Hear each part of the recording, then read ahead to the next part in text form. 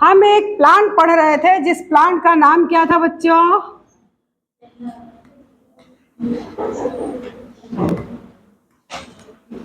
ये नाम था स्फेगनम। इस स्फेगनम के दो नाम और हैं। क्या है नाम? Bog moss. आपसे कोई पूछ ले बॉग मॉस तो आपको याद रखना है बॉग मॉस इज स्फेगनम। एक और नाम है इसका, पीट मॉस। यानी इसे हम 3 नामों से जानते हैं, है ना? Sphagnum, it is also called bog moss और पीट मॉस। Reproduction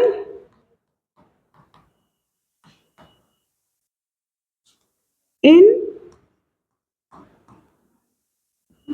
sphagnum. जब हम इसका रिप्रोडक्शन पढ़ते हैं देन वी विल फाइंड कि इसमें रिप्रोडक्शन 2 तरह से होता है। The first method is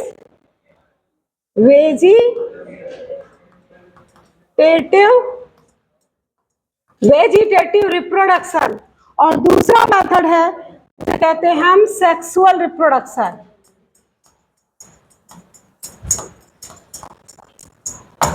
Sexual reproduction.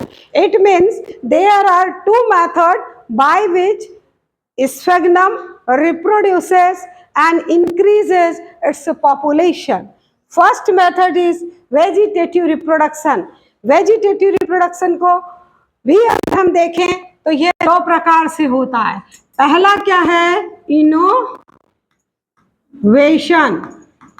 ये इनोवेशन आपने किसी और पौधे में अभी तक नहीं पढ़ा। You have studied Riccia, Marchantia, Anthoceros और इनमें कहीं भी आपने इनोवेशन को नहीं पढ़ा। यानी a new method of vegetative reproduction found in sphagnum and it is called innovation. और दूसरा मेथड क्या है इनमें? दूसरा मेथड है सेकेंडरी प्रोटोनिमा। यानी the second method of vegetative reproduction, the development of secondary protonema in sphagnum. So by 2 methods, the sphagnum may reproduces vegetatively. The first method is the innovation and the second method is the development of secondary protonema. तो अब हम ये जानेंगे कि ये innovation है क्या। Innovation जानने के लिए एक बार फिर से मैं इस पौधे को बनाती हूँ। उस दिन भी आपने देखा था, ड्रा किया था ना मैंने। ये देखिए लीफी फॉर्म। ये देखने से दिखता ही नहीं कि ये ब्रायोफाइटा है क्योंकि ये एडवांस ब्रायोफाइटा है। इसने इरेक्ट सिस्टम को डेवलप कर लिया है। इसकी मेन ब्रांच से क्या निकली होती है बच्चों? लीफ निकली होती है। यहाँ जो बच्चे नहीं आए थे उनके लिए देखो पुनः बता दे रही हूँ, इम्पोर्टेंट चैप्टर है। एपिकल पोर्शन पर, अपर पोर्शन पे हम देखते हैं कि ये जो ब्रांचेज हैं वो लिमिटेड ग्रोथ शो कर रही हैं। कैसी ग्रोथ शो कर रही है? बोलो जल्दी। ये देखो ग्रोथ शो कर रही हैं। और यहाँ पर हम देख रहे हैं लेटरल ब्रांचेज एक क्राउड स्ट्रक्चर बना रही है। क्राउड माने घना, डेंस लेटरल ब्रांचेज यहाँ पर दिखाई दे रही हैं जिनकी हाइट बहुत लिमिटेड है, एक स्थिति पे जाके रुक जा रही है। तो इस पार्ट को क्या कहते हैं? कोमा कहते हैं। ये 1 नंबर के क्वेश्चन में आपसे पूछा जा सकता है व्हाट इज कोमा। तो coma is the upper most part of the sphagnum which has denser branches and all lateral branches has limited growth. अब यही हमको क्या दिखाई देता है? इसी के बीच से क्या निकला होता है यहाँ पर? ये देखो स्पोरोफाइट होता ऊपर की ओर। तो ये ऊपर की ओर क्या है? स्पोरोफाइट है। बोलिए इतनी बात समझ में आई? द प्लांट ऑफ द ये मेन एक्सिस है। दिस इज मेन एक्सिस है। हम इसको स्टेम नहीं कह रहे हैं। क्यों स्टेम नहीं कह रहे हैं? क्योंकि स्टेम के जो कैरेक्टर होते हैं उसका नोड और इंटरनोड में बटा होना, स्टेम का और करेक्टर क्या होता है कि काट के अगर देखें तो हमको epidermis, cortex, endodermis, pericycle, vascular bundle और पिथ दिखाई देता है। इसको अगर काटेंगे तो ऐसा कोई हमको टिश्यू, सेकेंडरी टिश्यू दिखाई नहीं देता है। इसीलिए इसे स्टेम ना कह के हम क्या कह रहे हैं, मेन एक्सिस। और मेन एक्सिस से क्या निकला है, लीव्स निकली हैं। और यहीं से हमने आपको बताया था कि ब्रांचेस निकली होती हैं। कैसी ब्रांचेस निकली होती हैं, देखिए दो प्रकार की ब्रांचेज मैंने बताया था। एक ब्रांच यूं जा रही है तो दूसरी ब्रांच देखो यहां दिखा रही हूँ, ऐसे जा रही है। उस दिन हमने ढेर सारी ब्रांच बना के दिखाया था। देखिए ये कैसी ब्रांच है बच्चों, नाम आपसे चाहती हूँ क्योंकि उस दिन पढ़ाया था। ये पेंडेंट ब्रांच है। कैसी ब्रांच है, पेंडेंट, पेंडेंट ब्रांच। और यहां हम क्या देख रहे हैं, ये ब्रांच कैसी होती है,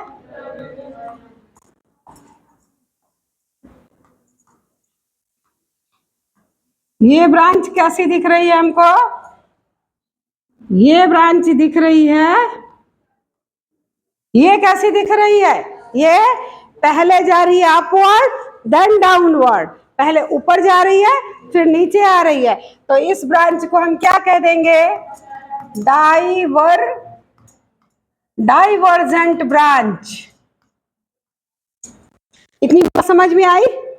अब देखो इनोवेशन क्या है, इसी मेन ब्रांच से, ध्यान से सुनना, इसी मेन ब्रांच से कोई एक ब्रांच कैसे यहां से लेटरल ब्रांच निकलती है और मान लो कि ये बढ़ती चली जाती है, ये बढ़ती चली जाती है और ये ब्रांच उतनी ही स्ट्रांग हो जाती है जितनी ये मेन एक्सिस है।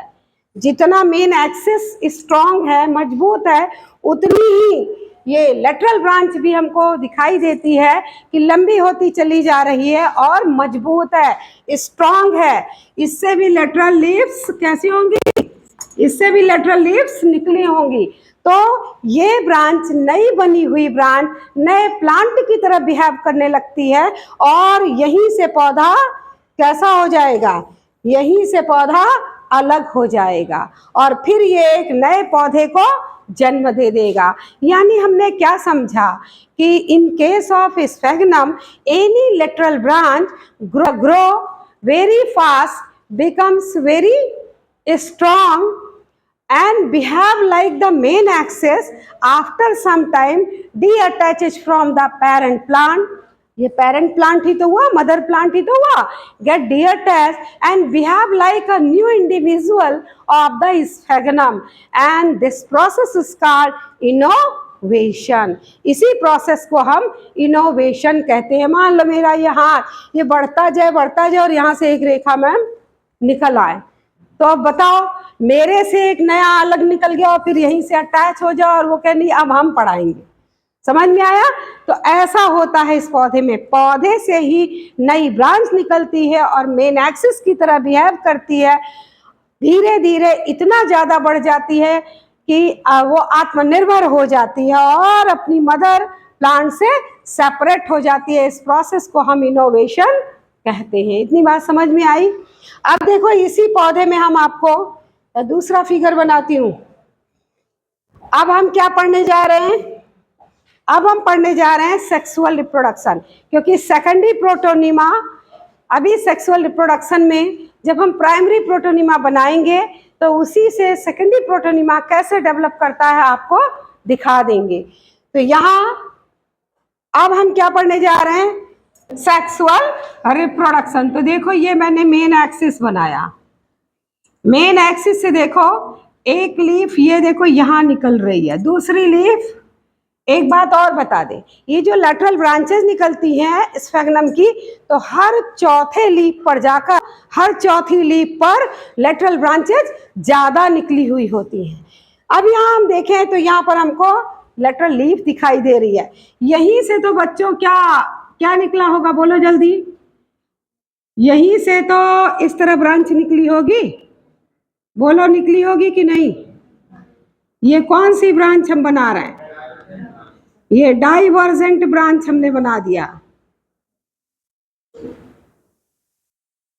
ये देखो डाइवर्जेंट ब्रांच बना दिया। अब इस लीफ से तो हम दिखा दिए कि सामान्य वेजिटेटिव ब्रांच निकली है। देखो इस लीफ के एक्जिल से, एक्जिल किसे कहते हैं, देखो मेरी ये हथेली है, इस हथेली को मान लो ये मेन एक्सिस है, मेन एक्सिस से इस अंगूठे को समझ लो कि ये लीफ है, और इस लीफ के बीच से जो निकलेगा इसकी पोजीशन क्या हो गई, एक्सिल। एक्सिल माने इन दोनों के बीच में जो एंगल बन रहा है, इसी के सेंटर से कोई ब्रांच निकल आया, कोई भी स्ट्रक्चर का डेवलपमेंट हो जाए। तो यहां से देखो डेवलपमेंट हो रहा है मेल सेक्स ऑर्गन का। देखिए मेल सेक्स ऑर्गन का डेवलपमेंट,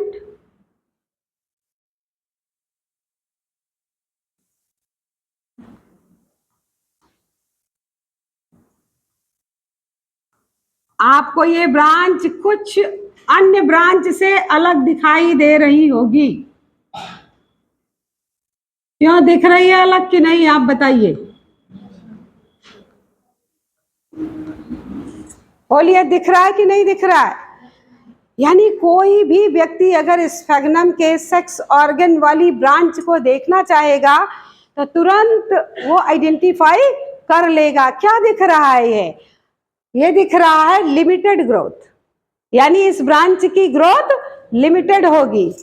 और क्या दिख रहा है, थोड़ा सा ज्यादा ब्रॉडर हो रही है, देखो चौड़ाई में बढ़ रही है, और इसमें जो लीव्स हैं उनकी संख्या लेटरल लीफ की अपेक्षा अधिक है। यहाँ लीफ या यहाँ लीफ ज्यादा दिख रही है, इसमें लीफ ज्यादा दिख रही है। और कैसा स्ट्रक्चर बना रही है, it forms catkin like structure. और ये है क्या,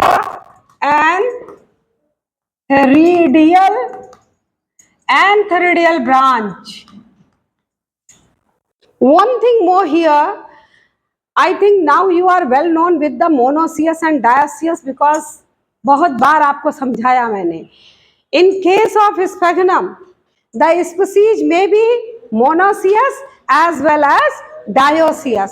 The monoecious species having both the sex organ, the male and female sex organ in case of sphagnum develops on different branches of the same plant. एक ही पौधे के दो शाखाएं अलग अलग निकलेंगी और एक शाखा मेल सेक्स ऑर्गन बना देगी तो दूसरी फीमेल सेक्स ऑर्गन बना देगी। समझ में आया आपके। यहां हमने कहा एंथ्रिडियल ब्रांच, आप खुद देखिए कैटकिन लाइक स्ट्रक्चर बना रहा है। कैटकिन क्या है, कैटकिन मीन्स मतलब बल्क में स्ट्रक्चर है, पुष्प गुच्छ की तरह। ऐसा लग रहा ना कि कोई ऐसा स्ट्रक्चर है ये जहाँ खूब सारे फ्लावर एक दूसरे में चिपके हुए हों, एक झुंड, फ्लावर का एक झुंड है जैसे हमारे पास, ऐसा कोई स्ट्रक्चर दिख रहा है ना। तो यानी कि इसका जो ये स्ट्रक्चर है वो कैटकिन लाइक दिखाई देता है, ठीक है, इन्फ्लोरेसेंस लाइक दिखाई देता है, और इसे हम एंथ्रिडियल ब्रांच कहते हैं। अब फीमेल सेक्स ऑर्गन को देखें, फीमेल सेक्स ऑर्गन कैसी होगी, कैसे ब्रांच से निकलती होगी। यहाँ ये इसके अंदर एंथ्रिडिया डेवलप होगी, और जो लीफ एंथ्रिडिया को कवर कर रही है, यानी यहाँ जितनी लीफ हैं इनको हम पेरीचिटियल लीफ कहते हैं। क्या कहते हैं, पेरीचिटियल लीफ कहते हैं। और यहाँ देखो ये फीमेल सेक्स ऑर्गन ग्रो कर रहा है। अब खुद बताइए इस लीफ की साइज और इस लीफ की साइज में अंतर है या नहीं।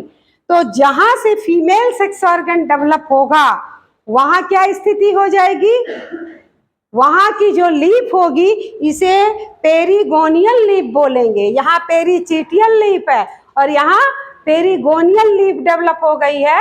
It's size is bigger than the normal vegetative leaf. यहाँ भी स्थिति क्या है, और वहाँ सिंगल आर्चिगोनिया डेवलप करेगी या ग्रुप में डेवलप करती है जिसकी संख्या 2 से 5 तक होती है। तो पहले हम लोग इसे पढ़ लें, है ना। अब हम ये देखते हैं क्या स्थिति होती है, एंथ्रिडियम कैसे डेवलप करता है।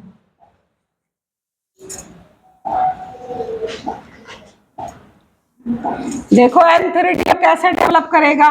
मेन एक्सिस ये है या नहीं, बोलो जल्दी। मेन एक्सिस से लेटरल ब्रांच जैसे निकली है ना, फिर देखो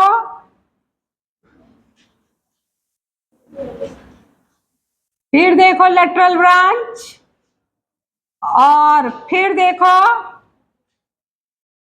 क्या डेवलप हो गया।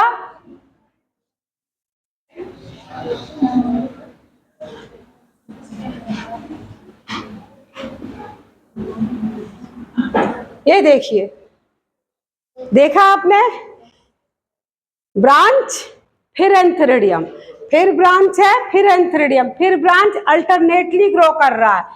ठीक इसी तरह इधर भी क्या डेवलप हो जाएगा,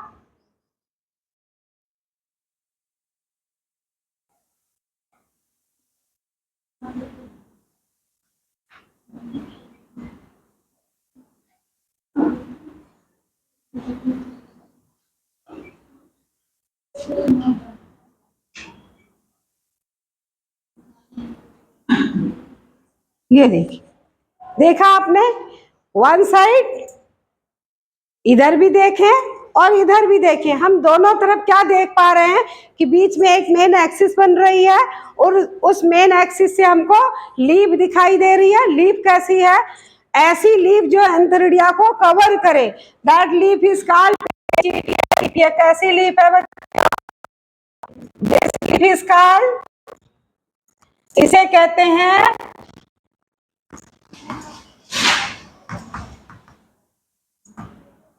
दिस इज कॉल्ड पेनिंजिया। और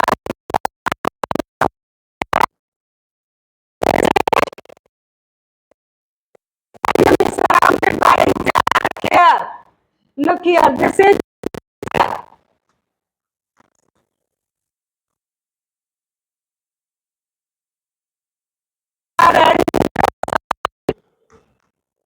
इसका हम क्या, लंबा स्टाक हमने एंथेरिडियम का नहीं बनाया था। देखो स्टाक कैसा है,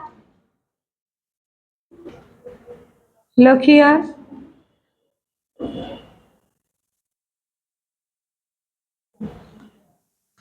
ये लेयर क्या कहलाएगी, कुछ आप लोग भी बोलो। इसको जैकेट लेयर बोलते हैं।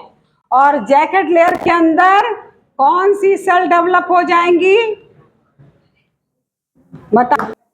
देखा क्या आपने, अंदर क्या देखा आपने कि जो सेल हैं इन्हें हम एंड्रोसाइट कहेंगे, और चारों ओर से जो इसने घेर रखा है, जिसने प्रोटेक्शन दे रखा है एंथेरिडिया को, इसे जैकेट लेयर बोलेंगे। यहाँ हमें क्या दिखाई देती है, ये टू सेल क्या दिखाई देगी, 2 to 3 लेयर, इसे हम स्टाक बोलेंगे। अब बोलो, मेल सेक्स ऑर्गन समझ में आ गया। अब चलते हैं हम फीमेल सेक्स ऑर्गन की ओर। ये है मेल सेक्स ऑर्गन, क्या पढ़ा है हमने, मेल सेक्स ऑर्गन। और जैसी स्थिति यहाँ है ऐसे इन सभी में यही स्थिति हमको दिखाई देगी। Now female sex organ, female sex organ को मैंने क्या बताया था कि फीमेल ब्रांच जो होती है वो छोटी होती है, मेल वाली तो कैटकिल लाइक होती है, फीमेल छोटी होती है। लीफ चारों ओर से घेरे तो रहती हैं फीमेल सेक्स ऑर्गन को, लेकिन जो लीफ होती है somewhat larger in size than the vegetative leaf. इस तरह हम फीमेल ब्रांच को भी पहचान लेते हैं कि ये फीमेल सेक्स ऑर्गन इसके अंदर ग्रो कर रहा होगा। फीमेल सेक्स ऑर्गन की जब हम स्टडी करते हैं then we will find such structure.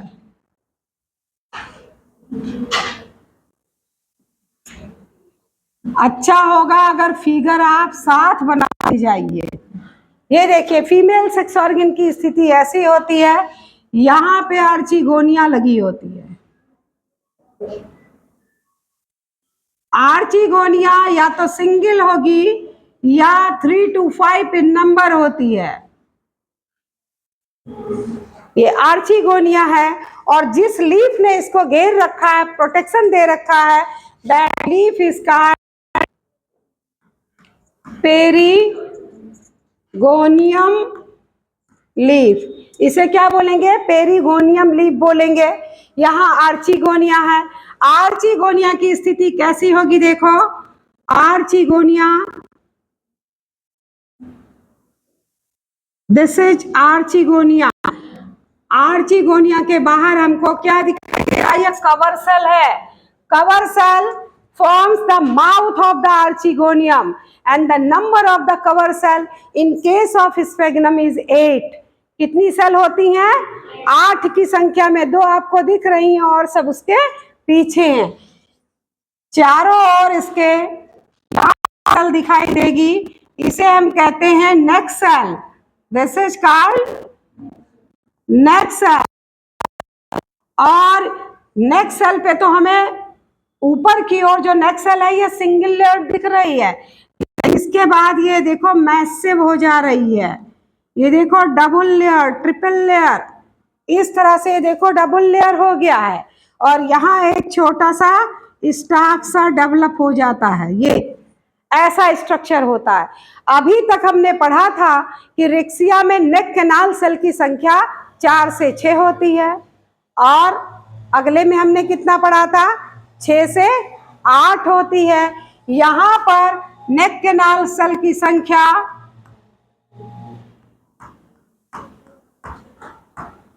ये 8 से 12 तक होती है या 8 से 10 तक होती है। तो देखो नेक की लंबाई लंबी हो गई या नहीं? यानी आर्चिगोनियम की नेक जो होती है वो लंबी होती है। यहाँ ये है कवर सेल, नेक कैनाल सेल, इनकी संख्या 8 से 12 तक होगी।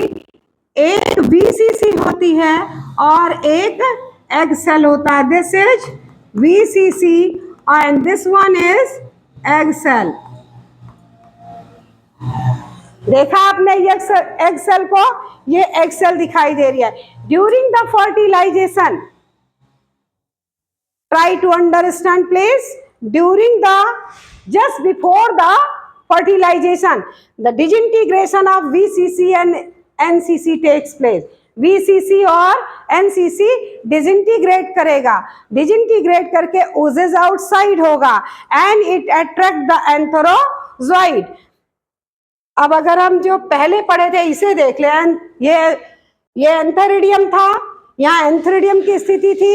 एंथेरिडियम की एवरी सेल यहाँ जो दिखाई दे रही थी जैकेट लेयर, बाहरी वॉल को हम जैकेट लेयर कह रहे थे, अंदर की सेल को एंड्रोसाइट कह रहे थे। एंड्रोसाइट कह रहे थे। Each androcyte cell metamorphoses into unicellular uninucleate biflagellate structure. तो कैसा स्ट्रक्चर होगा बच्चों? देखो ऐसा स्ट्रक्चर बनाएगा।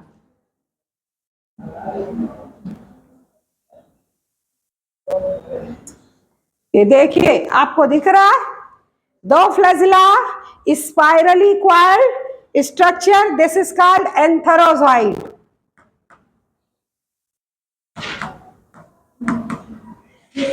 जब एंथरोजोइड का फॉर्मेशन हो जाता है, एपिकल सेल वाटर को एब्जॉर्ब कर लेती है, इसकी टर्जिडिटी बढ़ जाती है और टर्जिडिटी बढ़ने से यहाँ क्रैकिंग हो जाती है और सारे जितने एंड्रोसाइड से बने हुए एंथरोजोइड होते हैं, after the breakdown of the jacket layer all the androcyte cell come outside which forms the antherozoid. यानी एंथरोजोइड का फॉर्मेशन किससे होता है? एंड्रोसाइड सेल से होता है। And antherozoid comes towards the female sex organ, towards the archegonia through an attraction, and that is created by the disintegration of NCC and VCC, and this type of movement of the anthrozoid is called chemotactic movement. So through the chemotactic movement anthrozoid comes into the, किसमें आ जाएगा?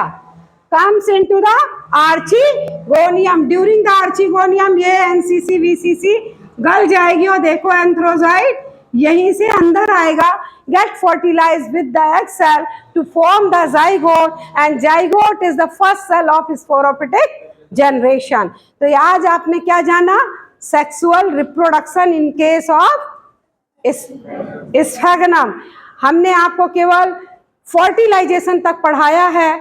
अब अगले दिन आपको हम आएंगे तो क्या पढ़ाएंगे? स्पोरोफाइट। और इसका स्पोरोफाइट एग्जाम की दृष्टि से बहुत ही महत्वपूर्ण है, क्योंकि इसमें जो स्पोर्स का डिस्पर्सल होता है वो अन्य ब्रायोफिटिक पौधों से अलग होता है। So that's all for today.